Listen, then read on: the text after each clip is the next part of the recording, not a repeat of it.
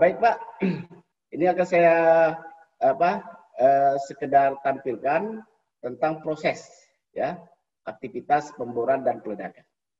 Ya, pertama sekali sebelum kita melakukan kegiatan blasting itu adalah membuat perencanaan. Mulai dari awalnya yaitu berdasarkan weekly meeting yang dijawantahkan dengan daily plan dan weekly plan. Yang mana weekly plan ini adalah data yang memuat semua informasi tentang peledakan. Ya, misalnya bisa dikatakan tentang lokasinya di mana, sudah itu bloknya, stripnya, jumlah lubangnya, bahkan bisa dikatakan sampai volume, sudah itu kebutuhan jumlah handaknya, itu dituangkan di dalam weekly plan. Nah, weekly plan inilah nanti di breakdown-kan lagi menjadi daily plan yang dilakukan sehari-hari. Ya. Dalam daily plan ini juga itu dimuat mulai dari hari Senin sampai hari Sabtu. Ini biasanya terjadwalkan setiap hari berapa peledakan, berapa lokasi.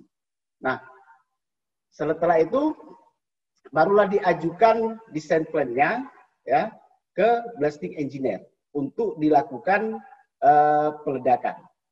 Ya. Nah, desain plan ini memuat tentang, bisa dikatakan tentang lokasinya di mana, jumlah bahan peledak yang dibutuhkan, sudah itu blok dan stripnya, setelah itu jumlah bahan peledaknya, baik detonatornya, boosternya, dinamitnya, ya, sudah itu bisa dikatakan pola peledakannya, semua informasi tentang peledakan dan kebutuhan bahan peledak ada di desain plan-nya, ya, atau plan design. Nah, jika ini disetujui, maka barulah bisa dilakukan aktivitas peledakan yang diawali dengan pemboran di pit. Ya, jika tidak disetujui, maka akan dikoreksi lagi kembali ke daily dan weekly plan-nya yang sudah disepakati bersama. Ya, nah, ketika sudah disetujui, maka pelaksanaan pemborannya itu ada beberapa tahapan. Ya, yang pertama mempersiapkan lokasi. Nah, lokasi yang disiapkan ini biasanya dilakukan oleh pengawas produksi. Karena kebanyakan unit-unit atau alat-alat berat di tambang itu di bawah pengawas produksi. Seperti eskavator, grader, sudah itu doser, dan lain-lainnya. Nah, pengawas produksi ini ya akan membuatkan lokasi, ya, prepare lokasi untuk area peledak atau area pemboran. Nah, setelah bisa dikatakan selesai pengawas produksi melakukan prepare lokasi, maka akan diserah terimakan kepada pengawas drill and blast. Nah, pengawas drill and blast ini nanti tahap keduanya memasuki, dia akan melengkapi semua peralatan dan perlengkapan yang dibutuhkan untuk pengamanan lokasi drill. Seperti misalnya safety line, sudah itu pemasangan safety line, maksud saya, sudah itu pemasangan rambu dilarang masuk, sudah itu area parkir, sudah itu mengamati apakah ada unit yang berada tidak aman di sekitar area pemboran. Nah, setelah area siap, ya, maka bisa dikatakan drilling akan dikawal menuju lokasi pemboran. Ya, pengawalan dilakukan ya dengan jarak aman di tambang mengikuti jarak aman di tambang atau maksimal kecepatan yaitu 40 km per jam atau bisa dikatakan jaraknya menjadi 40 meter ya. Sudah itu pengawalan ini harus kabinnya berada di depan agar operator itu bisa melihat dengan jelas ke arah depannya. Sudah itu juga hal-hal lagi yang perlu diperhatikan adalah komunikasi antara operator dengan pengawas atau pengawal yang memandu drilling tersebut.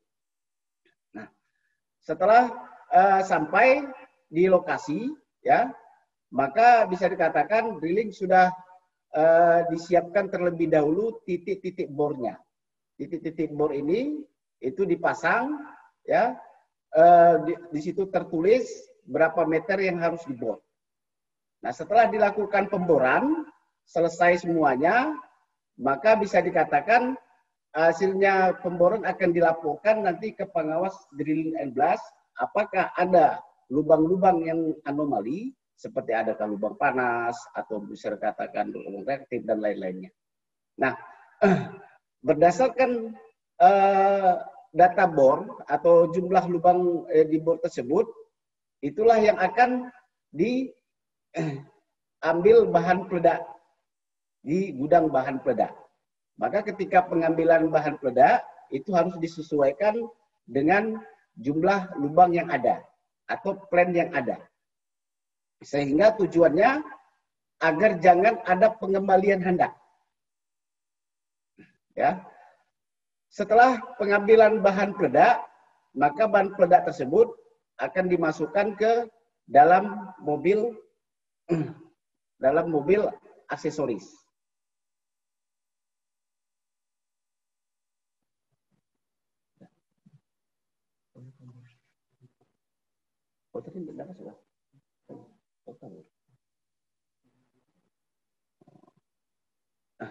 Baik, bagaimana terdengar gambarnya? Terjelas, Bu Martina? Bandri? Jelas Pak Yu, jelas. Jelas, Jelas Pak Yu, jelas. Baik, saya lanjutkan. Nah, sebelum dimasukkan ke dalam mobil box pengangkut Anda, itu biasanya mobil box juga harus mengikuti aturan-aturan agar mobil tersebut sebagai tanda ketika berada di jalan tambang dan di jalan hauling. Seperti harus melengkapi, seperti seridenya harus warna merahnya ada selain warna kuning, ya. Sudah itu juga harus sudah lulus komisioning, sudah itu ada boxnya, di mana boxnya itu ada 2 kamar, ya, di mana aksesoris dan booster atau dinamit itu terpisah. Sudah itu juga bahan-bahannya segala macam itu juga harus bebas dari atau bisa dikatakan dari konduktor listrik. Ya, seperti yang Bapak lihat, ya, gambar mobil boxnya, ya. Nah, ketika menjalankannya atau mengangkut bahan peledak, maka juga harus diikuti aturan-aturannya. Seperti misalnya harus menyalakan sirine, sudah itu menyalakan lampu hazard, lampu depan, ya. Tujuannya agar semua pengguna jalan hauling itu mengetahui ada iring-iringan atau pengawalan bahan peledak dari gudang bahan peledak menuju ke lokasi atau area peledakan. Nah, setelah bisa dikatakan perjalanan ke lokasi peledakan, maka bisa dikatakan setelah tiba di lokasi peledakan, dan lokasi peledakan ini juga harus sudah disiapkan terlebih dahulu. Ya, yang tadinya area pemboran maka dia akan dijadikan area peledakan. Itu tandanya seperti bendera merahnya harus dipasang, sudah itu rambu, ya, rambu area peledakan juga harus dipasang. Sudah itu juga bisa dikatakan telah dijaga oleh security, ya. Nah, dan orang-orang yang memasuki area peledakan, ya, harus mendapat izin, ya, mendapat izin dari pengawas dan bisa menunjukkan bahwasannya mereka sudah mempunyai akses. Seperti yang Bapak Ibu lihat di sebelah kiri ini, izin masuknya, ya, ada di situ area peledakan. Nah, kenapa harus ada izin? Karena bisa dikatakan banyak orang-orang, terutama yang bisa dikatakan yang baru pertama sekali kerja, seperti kru blasting, ya, atau pekerja menutup lubang ledak, dan security sebagai pengaman bahan peledak dan pengawalan bahan peledak, itu belum mengetahui bahaya bahan peledak itu sendiri. Sehingga mereka harus in-house training kan, atau di training untuk mengenal bahan peledak tersebut. Dan bahaya-bahayanya, serta apa saja yang boleh dilakukan dan apa-apa saja yang tidak boleh dilakukan. Setelah itu, memasuki area peledak, ya, juru ledak atau blaster itu bisa dikatakan menginfokan kepada anggotanya itu untuk mengecek kedalaman lubang, atau bisa dikatakan lebih kenal di ledakan itu dikatakan untuk sounding. Ya. Sounding area, sounding lubang ledak ini berguna untuk mengetahui seberapa dalam atau berapa kedalaman update lubang ledak tersebut atau lubang bor tersebut. Karena bisa jadi setelah dibor, ya, hujan sehingga atau memasuk lumpur segala macam sehingga kedalaman lubang itu jadi berkurang atau terjadi rongga atau longsor di dalam lubang ledak itu sendiri. Nah, data inilah nanti yang akan digunakan untuk mengisi bahan peledak tadi itu. Setelah itu barulah dimulai priming. Priming ini adalah kegiatan untuk memasukkan booster atau dinamit dengan in-hole ke dalam lubang ledak. Setelah memasuki in-hole, maksud saya priming, maka bisa dikatakan barulah dilakukan charging atau pengisian lubang ledak.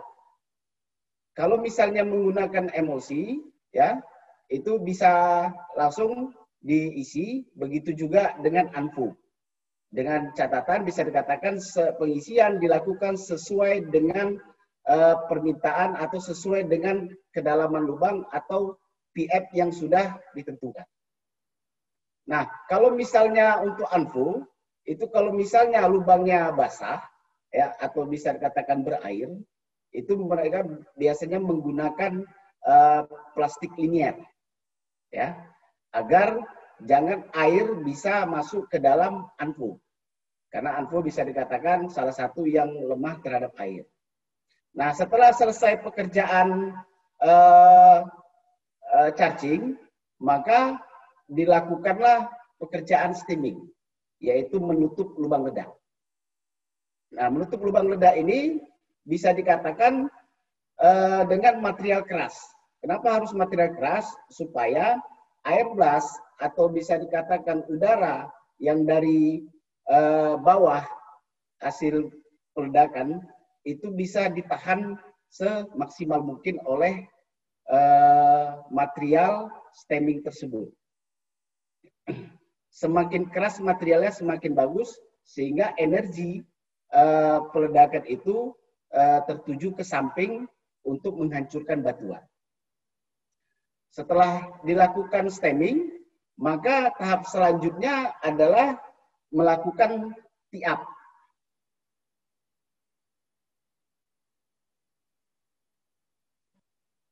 Ya, ini melakukan tie-up. Nah, tie-up ini adalah suatu kegiatan untuk merangkai detonator, yaitu in-hole yang satu dengan in-hole yang lain, atau mengkoneksi dari lubang yang satu ke lubang yang lainnya. Nah, dalam melakukan tie-up ini harus bisa dikatakan proteksinya agar jangan sampai ada detonator yang tidak terkonek. Karena efeknya kalau misalnya ada detonator yang tidak terkonek, maka akan terjadi yang lebih kita kenal adalah misfire, tidak meledak. Nah, untuk memastikan terkonek semuanya, maka kita menggunakan DPT Brogol itu adalah pita. Tujuannya untuk memastikan bahwa semua rangkaian telah terkonek. Terkadang bisa dikatakan sekalian tie-up sekaligus dipasang pita. Ada juga bisa dikatakan ketika final check. Setelah selesai semua perangkaian atau tie-up, maka dilakukan pemasangan pita di setiap koneksi. Tujuannya agar jangan sampai ada yang terlewatkan. Itu tentang tie-up. Setelah itu kita masuk ke persiapan dan pengamanan peledakan. Ya. Nah, persiapan dan pengamanan peledakan ini yaitu yang pertama memastikan shelter sudah berada di lokasi.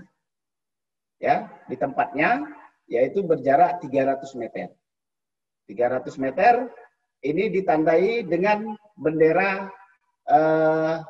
kuning biasanya atau orange ya. Terkadang juga ada juga yang memasang bendera yang merah, tapi bisa dikatakan kalau standarnya itu orange. Sudah itu juga barulah dilakukan memastikan bendera dan papan pengumuman itu sudah terjadwal tentang jadwal blasting dan bendera merah sudah terpasang dan belum diturunkan. Setelah itu, maka biasanya 1 jam sebelum dilakukan peledakan, maka akan disebar blokir-blokir di setiap titik yang menjadi akses masuk ke lokasi peledakan atau ke area peledakan, yaitu sejauh 500 meter. Dan ini ditandai dengan bendera hijau. Nah, petanya ada tapi tidak sempat saya tampilkan. Ada bendera lokasi untuk radius amannya, baik radius aman unit maupun radius aman manusia. Nah, setelah bisa dikatakan disebar, maka barulah dilakukan inisiasi. Sebelum dilakukan inisiasi, maka pengawas peledakan atau pimpinan peledakan memastikan area yang akan memasuki area peledakan itu harus diblokir. Setelah itu, blaster atau asisten blaster akan menarik kabel ya dari lokasi ke shelter untuk dilakukan peledakan. Nah, setelah pengamanan peledakan dilakukan dengan aman, maka pimpinan peledakan akan menginfokan kepada koordinator blokir untuk menutup semua akses masuk ke area peledakan. Sehingga blokir area itu diaktifkan. Setelah blokir area diaktifkan, barulah dimulai aba-aba atau instruksi peledakan. Ya, dimulai dengan sirine, habis itu hitungan 9 mundur, dan kata tembak. Nah, setelah peledakan itu dilakukan, maka akan dilakukan pasca peledakan, seperti monitoring. Yang pertama adalah untuk memastikan asap atau debu dari hasil peledakan itu tidak membahayakan kesehatan daripada blaster yang akan mengecek lokasi pasca peledakan. Jadi ditunggu dulu hilang, barulah dilakukan pengecekan. Setelah memastikan pengecekan atau tidak ada misfire, maka peledakan dinyatakan aman oleh blaster, dan blaster melaporkannya kepada pimpinan peledakan atau pengawas peledakan bahwasanya peledakan aman dan bisa dikembalikan kepada pimpinan peledakan. Pimpinan peledakan lalu menginstruksikan kepada koordinator blokir untuk membuka blokiran dan membunyikan sirine aman. Setelah proses peledakan selesai, maka pengembalian handak jika ada handak yang kembali. Sudah itu barulah tahap selanjutnya adalah reporting atau pelaporan. Yaitu pelaporan bisa dikatakan membuat di formnya, ada form laporannya, yaitu laporan peledakan, berapa jumlah bahan peledak yang terpakai, sudah itu juga berisi informasi block stripnya juga, sudah itu juga pola ledaknya, ya, dan seterusnya. Nah, selesai sampai di sini akan ditandatangani oleh juru ledak, sudah itu blasting eng-nya Mitra Kerja dan blasting eng-nya PT Brokol.